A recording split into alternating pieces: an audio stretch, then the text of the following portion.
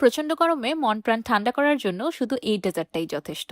আজকে আপনাদের শিখিয়ে দিব পৃথিবীর সবচেয়ে সহজ ও মজাদার আমের ডেজার্ট, তাও শুধু 4টি উপকরণ দিয়ে। ফিলিপিনের জনপ্রিয় এই ম্যাঙ্গো ব্যাঙ্গো ডেজার্টটা একবার খেলে আপনি আমের অন্যান্য যত ডেজার্ট আছে সবই খাওয়া ভুলে যাবেন। আসসালামু আলাইকুম everyone, I am chef Ishika. Welcome back to iFood channel. Mango bango বানানোর জন্য আমি প্রথমে একটি প্যানে দিয়ে দিলাম 1 লিটার পানি। এবার পানিতে বলক তুলে নিব। পানিতে বলক চলে আসার পর দিয়ে দিলাম 1 কাপ সাবুদানা। এবার চুলার মিডিয়াম ফ্লেমে সাবুদানাগুলোকে সিদ্ধ করতে থাকবো একদম ট্রান্সপারেন্ট হয়ে যাওয়া পর্যন্ত। 10 মিনিট পর সাবুদানাগুলো খুব ভালোভাবে সিদ্ধ হয়ে গিয়েছে, কিন্তু দেখতেই পাচ্ছেন সাবুদানাগুলোর ঠিক মাঝখানে অল্প একটু সাদা অংশ দেখা যাচ্ছে। সেই জন্য চুলার ফ্লেমটা অফ করে সাবুদানাগুলোকে ঢেকে রেখে দিব 2 মিনিটের মতো। 2 মিনিট পর প্রত্যেকটি দানা একদম পারফেক্টলি ট্রান্সপারেন্ট হয়ে যাবে। এবার সাবুদানাগুলোকে স্ট্রেইন করে ঠান্ডা পানি দিয়ে ধুয়ে পানি ঝরতে রেখে দিব।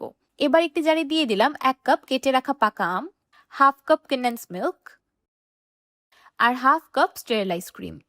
এবার একটি হ্যান্ড ব্লেন্ডার জারের সাহায্যে সবকিছু একসাথে খুব ভালোভাবে ব্লেন্ড করে নিব। আপনারা এখানে স্টেরিলাইজ ক্রিমের পরিবর্তে ফ্রেশ ক্রিম বা হেভি ক্রিমও ব্যবহার করতে পারেন। আর যদি হাতের কাছে কোনো ধরনের ক্রিমই না পান, তাহলে দুধ জাল দিয়ে ঘন করে বা দুধে গুঁড়া দুধ মিশিয়েও এখানে ব্যবহার করতে পারবেন। সবকিছু একসাথে খুব ভালোভাবে ব্লেন্ড হয়ে একটা ক্রিমি ইয়ামি ম্যাঙ্গো ক্রিম তৈরি হয়ে গিয়েছে। এবার একটি মিক্সিং বলে দিয়ে দিচ্ছি আগে থেকে সিদ্ধ করে রাখা সাবুদানা, 1 কাপ কেটে রাখা পাকা আম, 1/4 কাপ কোকোনাট জেলি আর তৈরি করে রাখা ম্যাঙ্গো ক্রিম। এবার সবকিছু একসাথে খুব ভালোভাবে মিক্স করে নিব। ব্যাস তৈরি হয়ে গেল ফিলিপিন্সের জনপ্রিয় ডেজার্ট ম্যাঙ্গো ব্যাঙ্গো।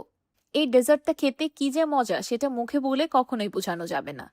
আম দিয়ে তৈরি যত ধরনেরই ডেজার্ট আছে না কেন, আমার কাছে এই ম্যাঙ্গো ব্যাঙ্গোটা একদম বেস্ট মনে হয়।